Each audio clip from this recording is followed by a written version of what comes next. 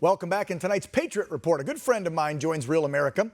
He's one half of the country singing duo Big and Rich, a TV host, a reality TV star, and a small business owner.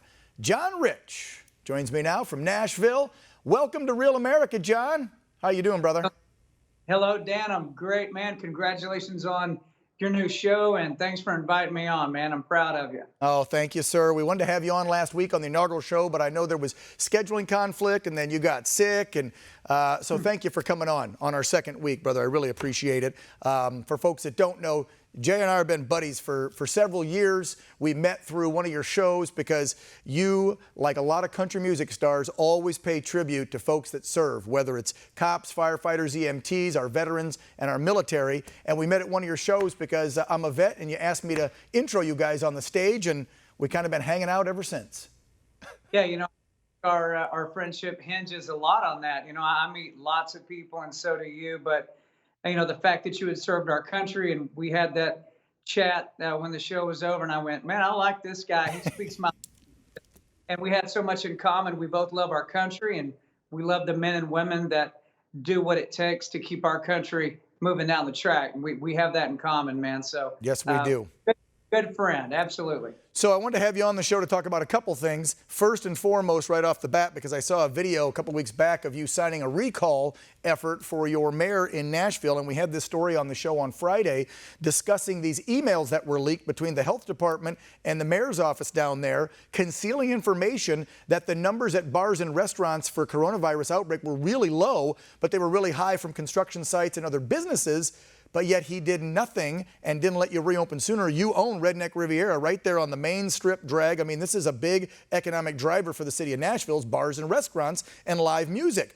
What do you think is going on? Why would the mayor do that, John? Isn't that a great question? I mean, I don't know that anybody has an answer for that except maybe the mayor, but he won't give one. You know, they did tell the city how many cases of COVID that we had, but they failed to let us know, like you just said, where they were coming from and where they weren't coming from. And so, yeah, it is very suspect to all of us as to why the main driver of our economy in Nashville, music and entertainment, which drives tourism, why that was the one thing that the mayor of Music City would target. Nobody really has a clear answer to that yet, but I have a feeling eventually we will find out. Yeah, I'm not one to spout conspiracy theorists. You and I don't do that. I don't like theories. I believe in facts, and then if you found out they didn't tell us, that's called a cover-up, not a conspiracy theory. So I'm hoping the truth comes out there for you Nashville folks, and you find out what in the heck your mayor's been doing. Let's talk about the president and all this scuttlebutt over SCOTUS. You know the president and the Trump family very well. You won that Celebrity Apprentice season when you were on Mr. Trump's show back when he was a private citizen, and you know all the boys and girls. You've hung out with them here and there.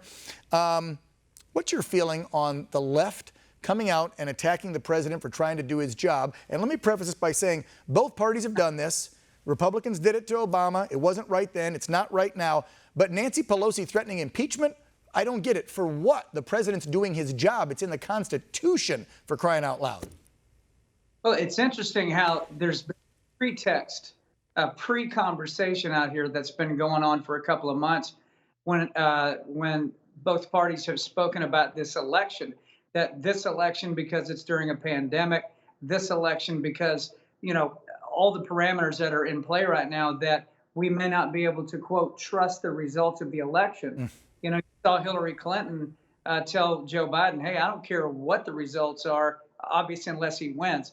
Don't concede the election. Right. Which tells that it could very well wind up where? The Supreme Court. And if you only have 8 justices on the Supreme Court and you have 4-4 on a decision, then you basically have a hung jury at that point. And who becomes the de facto president if we can't name a president? Pretty sure my civics class taught me it was Speaker of the House is who becomes the president at that point. So to me, if for no other reason, if we think there's a good chance this election results wind up in the Supreme Court, we have to have a full court on hand to decide that. Yes, we must have a full court to decide it, no matter how many days to the election. It's what the Constitution says.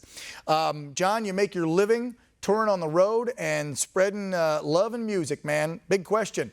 When are you going to be able to do that again? Obviously, with the COVID lockdown in different states, does it vary as you're trying to set your schedule? Because there's so many artists out there and starving artists that are trying to make a go of it, and then COVID hits. So where do we go from here for artists like yourself? I think that the real answer is the entertainment industry is probably going to be the very last industry that's allowed to turn back on, unfortunately. Every now and then I get to play. Matter of fact, this weekend, Dan, I'm going to be in Washington, D.C. Got invited by Billy Graham Ministries. I'm going to be singing a few songs at the National Prayer March.